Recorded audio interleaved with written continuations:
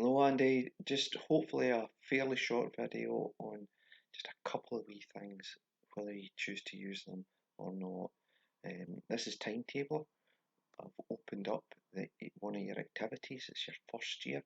We talked about this the other day. Your named sections are with your practical classes, but these are your registration classes that you use. Um, First thing maybe is to talk about is the naming of sets. The software knows that because you've created that first drama class, say, as a pure class, you've selected 1B1, so you know that is 1B1 drama, 1B1 music, and so on. So you don't need to name these ones. And when you come to these other classes, like your blocks of English and Maths, and indeed your two modern language classes, your two social subjects classes, and so on, you maybe need to think about how you're going to name the sets. Um, the easiest way, obviously, this one, if I open up the English block, and I recognise if I go to the basic details, this is RST, so that's your 1B1, 1B2, B3, and if I mind right, it's T1. But in the staffing part, you've got an English pool teacher, and if you click on set, it opens up the traditional, the default set labels that you can use, and you can call it what? Oh, alright, it's just telling me we've already timetabled this. So you could call it 1, 2, 3, 4 if you wanted. Um, and I'll just cancel that one, or save it, but you could name it that way. You've got more of an issue with these two, and we talked briefly about how you were going to label these ones, and you were thinking maybe 1B, B1X and B1Y, or whatever you decide on that.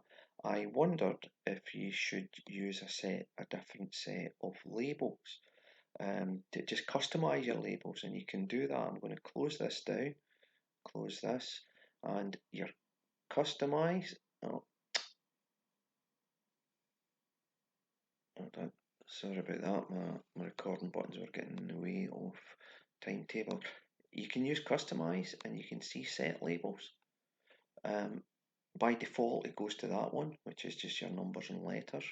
You can do most schools do a variety of this one, free form labels defined by you. You can't switch back and forward between them. Once you've decided it's that one, it's always that one. If you decide free form labels, and I've created just a few in your software, edit free form labels. Now I've typed in there, I've gone from 1 up to 15. Whether you wouldn't ever need a class 1 right up to 15 is, I don't know, but I've gone up to 15. If you felt you needed more, you can add more. You can see you can get up to 62 labels. I've then created B1, B2, B3, D1, D2, D3, T1, T2, 3, T3 to hopefully cover all your eventualities of these classes in first and second year. No, you won't need them all in every year group. You can add whatever you want, so that is where you could add, if you chose to, 1BX, 1BY, and so on. Okay, and you do it there by just typing in the bottom box 1BX, for instance, and applying, and it comes there. Okay, your choice, you decide. Okay. The other thing I was thinking about, and we talked about this as well, whether to use the consistent grouping technique or not.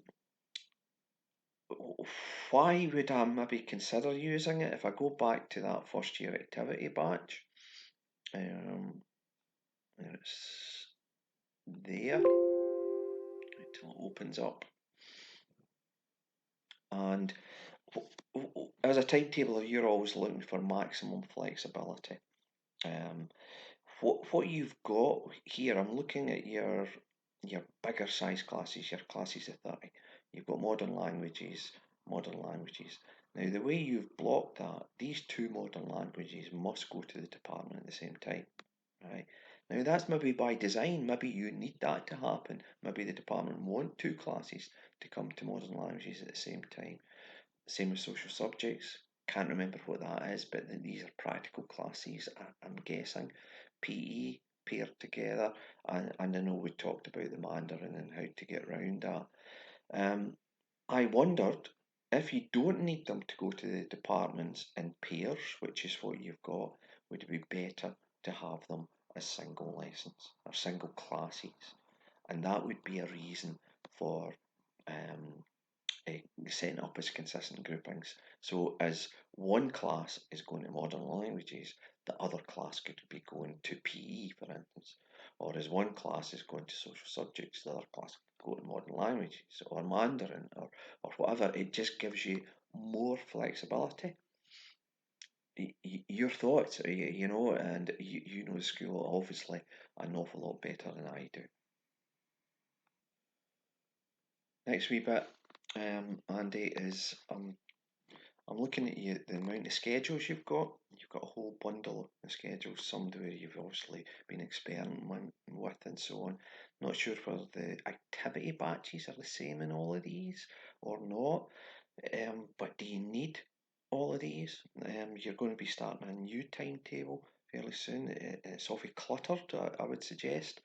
So you've got an option. There's your current schedule. So I'm not going to tamper with that one.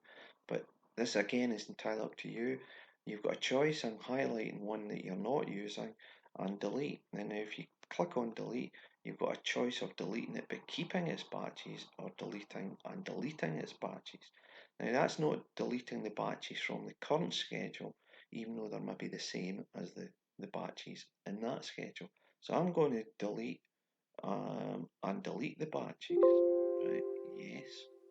And in each case, delete, delete the batches, yes.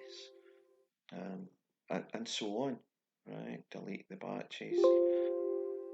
And my point, I suppose, in this part is that once I'd just got the one schedule, the only difference at the bottom here is I would keep the batches because that's the ones you want to keep for next year.